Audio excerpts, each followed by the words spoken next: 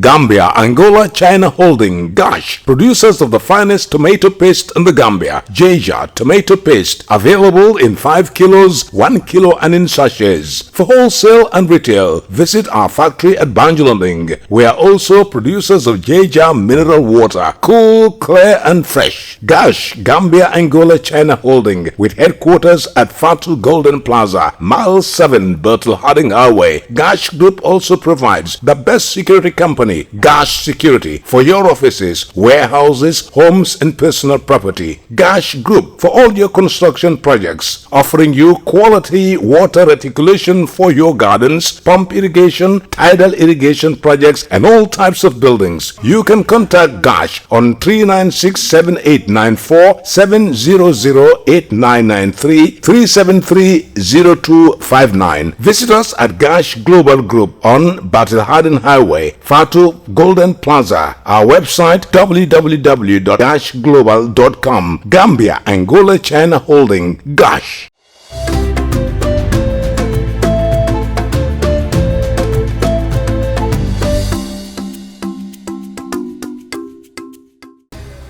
It's a warm reception to our studio here in Sarakunda. This is Star TV News with me, Sarah Kamara.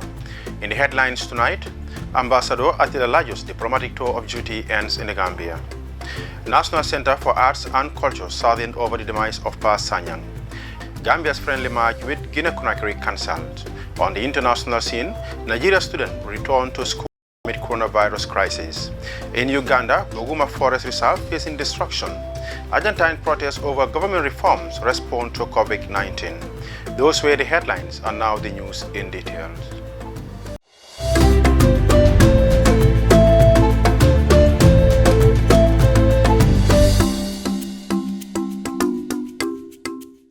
His Excellency President Adama Barrow received the outgoing European Union ambassador to the Gambia, His Excellency Attila Lajos, at the State House in Banjul. Having spent almost 5 years as the EU delegate resident in the Gambia, he was at the State House to bid farewell to the Gambian President. Dado Cham tells us more.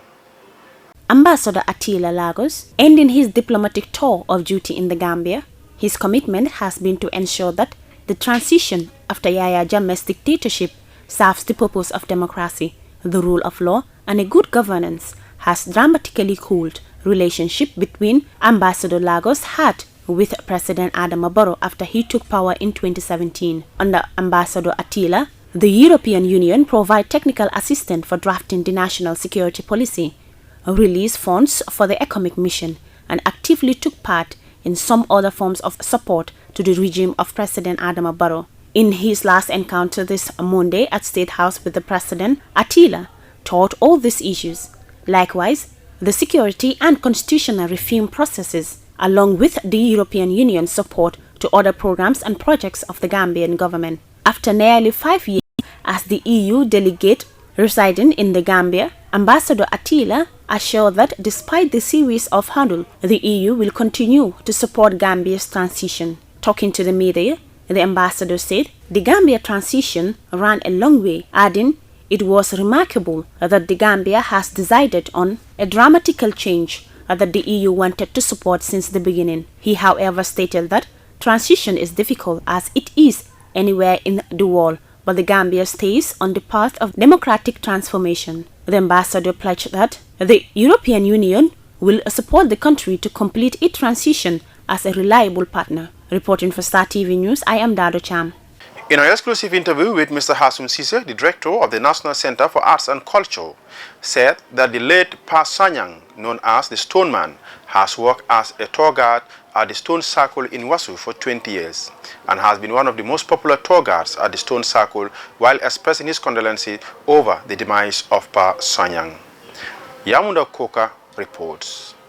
Over 1,000 stones were found along the river Gambia. These stone circles are believed to have been built between the 3rd century BC and the 16th century AD.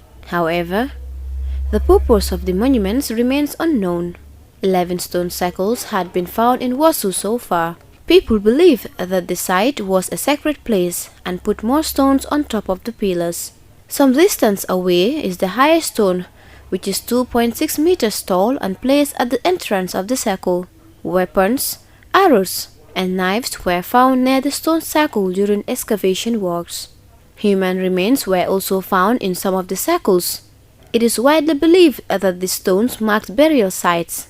There is a unique V-shaped stone in Kirbach, which is believed to be the burial site of a family members who died on the same day. Mr. Cisse highlighted that the stone circle has been the most interesting tourist attraction place in the country, and PA has over the years developed a very interesting and fantastic interpretation of the site to tourists, visitors, and students, saying that his death is a great loss to the Gambian people. The director added that having someone to replace the stone man will not be easy because he has his style of interpretation. Well, Stone had his own style. Like I said, he developed his own style of interpretation. So having somebody doing it like he used to do will not be easy. But we are certainly sure that we'll have other people there who will be able to give a faithful interpretation and explanation of the sites. In fact, having said that, we are planning as early as December, this year, to also start a tour guide training, training program at WASU, so that we will evolve a set of tour guides, who will be trained to interpret and explain the stone circles. But of course, Stone Man style was unique to him. Yeah, so I'm sorry to say, but I think his style, will go with him. Yes. Mr. Cisse further said that the stone circles are very significant to the history of the Gambia, and it has been there for more than 1,000 years, which is a long time ago before the arrival of the Europeans, saying that the full story of the stone circle is still a mystery. But really, the story of the stone circle, the full story, is still a mystery, and that is why the sites are of great value, not only for the fact that they're a UNESCO World Heritage Site, but for the fact that they embody a lot about the history and civilization of this country called the Gambia, even before the arrival of the Europeans. Reporting for Star TV News, I am Yamunda Okuka. The Gambian national team Scorpions' second friendly international match, earlier scheduled against Guinea national team, the Silly National, has been cancelled. Zaglin Colley files in this report. This development is necessitated by the Guinea officials, whose majority of players are confirmed to have contracted the coronavirus while on camp in Portugal. This information is being communicated to the Gambian officials by the Guinea Football Federation and had further informed the FIFA and CAF about the development and thus formally called off the match that is being scheduled to take place on Tuesday, 13th October 2020 at 5 p.m. In fact, according to the Guinea officials, out of 19 players at the camp, 5 have been tested positive of the COVID-19 virus, while another 5 have sustained injuries in their game against Cape Verde and virtually being left with only 9 players in the squad, prompting their inability to observe any competitive match. Nonetheless, we would like to state that the Gambia national team and officials at the training camp have all undergone the mandatory COVID-19 tests, the tests of which are all negative. In this vein, the GFF President Lamin Kababajo and Executive Committee members have applauded the management of the Scorpions training camp while in Portugal as professional and exceptional. The team officials have also hailed the camp as a success story under the leadership of the GFF third Vice President, retired General Langtombong Tamba, who also doubles as head of the delegation, with the assistance of GFF's General Secretary Lamin M. Jassi as team manager and GFF head of press and publicity subcommittee doubling as media liaison during the camp in Algarve, Portugal. The team is credited for its dispositions in local arrangements starting from the airport to hotel accommodation without any hitches. Being one of the most successful outings for the Scorpions in recent times, the GFF is pleased to further congratulate all stakeholders that have one way or the other made the trip a success, but more so private citizens in the media that have also followed the team from other various European destinations for coverage of their engagement during the camp period. Furthermore, the training camp has availed the coach the opportunity to test a handful of new players and also further cement the team. In this regard, the coach and GFF leadership wish to thank the players in turning up in their numbers to answer to the national call despite the current difficult health situation. Jacqueline Coley reporting for Star TV News. Those were the local stories. We'll be back with the international news after a short break. Gambia, Angola, China Holding, Gosh, producer the finest tomato paste in the Gambia. Jaja tomato paste, available in 5 kilos, 1 kilo and in sachets. For wholesale and retail, visit our factory at Banjulunding. We are also producers of Jaja mineral water, cool, clear and fresh. Gosh, Gambia, Angola, China Holding, with headquarters at Fatu Golden Plaza, Mile 7, Bertel Harding Highway. Gosh Group also provides the best security company, Gosh Security, for your offices, warehouses, homes and personal property. Gosh Group for all your construction projects, offering you quality water reticulation for your gardens, pump irrigation, tidal irrigation projects and all types of buildings. You can contact Gosh on 396-7894, 700-8993, 373-0259. Visit us at Gosh Global Group on Battle Harden Highway, Fatu Golden Plaza. Our website www.goshglobal.com. Gambia, Angola, China Holding, Gosh.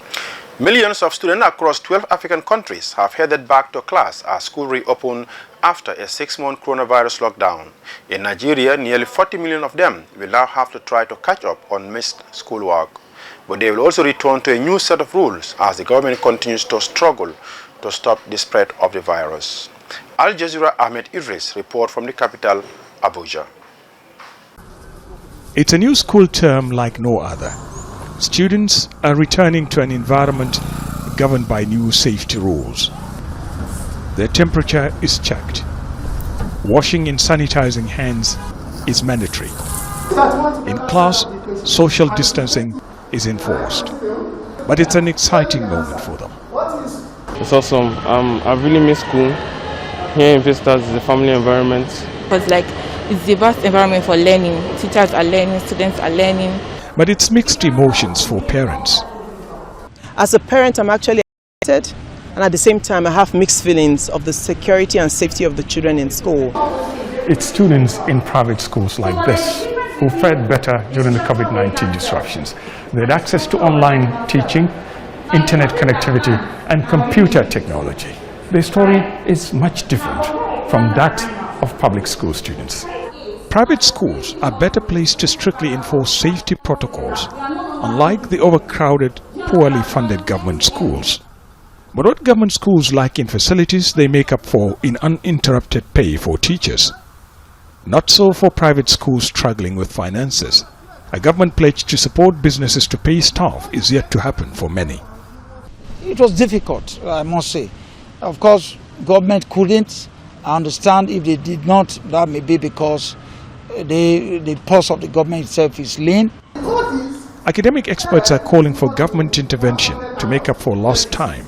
To begin to invest heavily on the education sector, and of course to develop and design policies that are achievable. Nigeria has more than 26 million students in primary schools and over 10 million in secondary schools. And there are more than 10 million Nigerian children who don't go to school.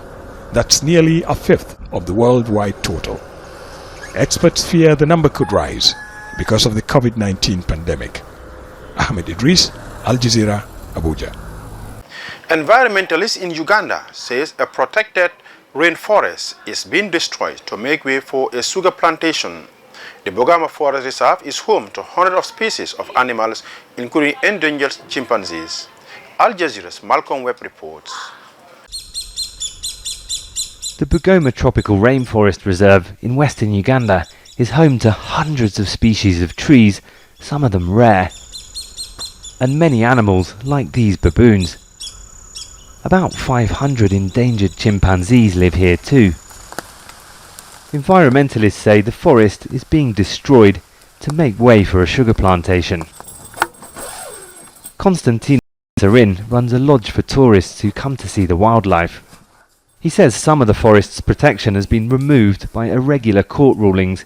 He's campaigned against it. It is very uncommon, and probably nowhere else in the world, that we can see a government telling us that in writing and in communication that this is a protected reserve, and that's why people have come to invest, and in the following day that protected reserve ceases to exist without an explanation.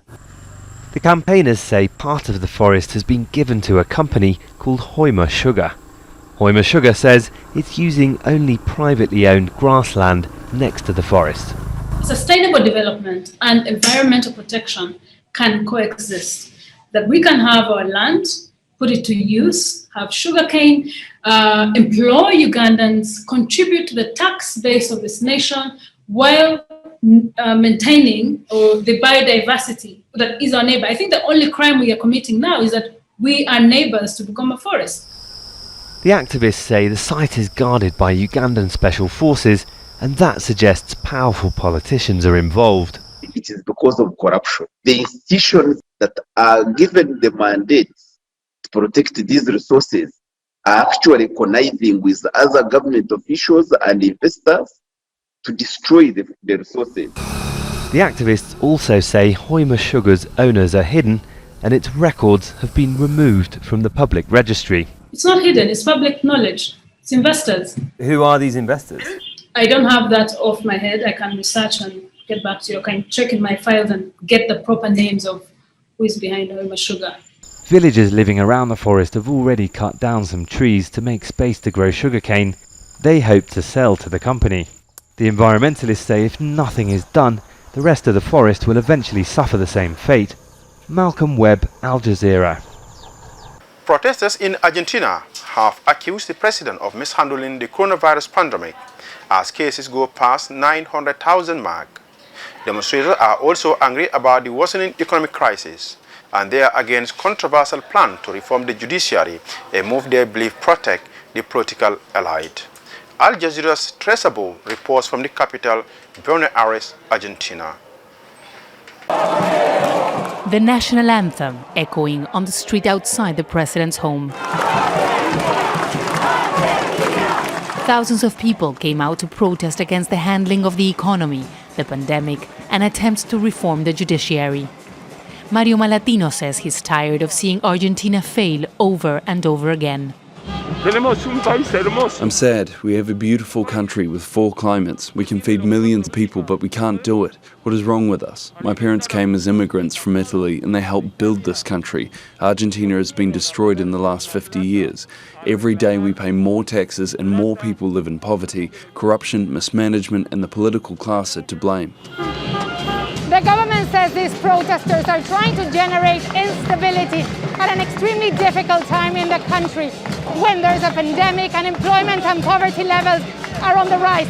But these people say they're here to denounce what they say is a parallel agenda to protect Vice President Cristina Fernández de Kirchner. In the past few months, and in spite of the pandemic, the government has tried to pass judicial reform and remove 3 judges involved in the trials of the vice president. Government supporters showed up at the president's residence to accuse the protesters of disrespecting Argentina's democracy. They come here to sing the national anthem. They don't care about the country. They want to remove the president from office. We won the elections. People want Peronism because we help people eat. These people don't care about the poor. In March, Argentina was one of the first countries in the region to impose a lockdown to prevent the spread of COVID-19. President Alberto Fernández enjoyed a 70% approval rating. But 7 months on, with infections on the rise and the economy in the red, the situation has changed. The reserves of the central bank are slowly vanishing, and the peso currency continues to lose value. Analysts say the main problem is lack of confidence in the government. There is no trust and there is no physical plan.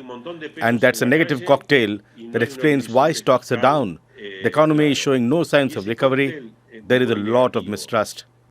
Argentina is deeply polarized between supporters of the ruling Peronist party and those who oppose it. A division that has caused so much damage in the past. Only political dialogue will allow the country to move forward. But for now, there are few signs of that happening. Teresa Bo, Al Jazeera, Buenos Aires. And before we end the news, a recap of our main headlines. His Excellency President Adama Barrow received the outgoing European Union ambassador to the Gambia, His Excellency Attila Lajos, at the State House in Banjul. Having spent almost 5 years as the EU delegate resident in the country, he was at the State House to bid farewell to the Gambian president. In an exclusive interview with Mr. Hasum Sise, director of the National Center for Arts and Culture, said that the late Pa Sanyang, known as the Stone Man, has worked as a tour guide at the Stone Circle in Wasu for 20 years and has been one of the most popular tour guides at the Stone Circle while expressing his condolences over the demise of Mr. Sanyang. The Gambian national team, the Scorpions' second friendly international match, earlier scheduled against the Guinea national team, Silly National, has been cancelled. And on the international scene, millions of students across 12 African countries have headed back to class as schools reopen after a 6-month coronavirus lockdown. In Nigeria, nearly 40 million of them will now have to try to catch up on missed schoolwork. But they will also return to a new set of rules as the government continues the struggle to stop the spread. Environmentalists in Uganda say a protected rainforest is being destroyed to make way for a sugar plantation. The Bogama Forest Reserve is home to hundreds of special species of animals, including endangered chimpanzees. Protesters in Argentina have accused the president of mishandling the coronavirus pandemic as cases go past 900,000 mark. Demonstrators are also angry about the worsening economic crisis, and they are against controversial plan to reform the judiciary, a move they believe protect the political elite. That's all for this edition of the news. Do join us tomorrow for more news. Please stay tuned and enjoy the rest of our programs. Thank you.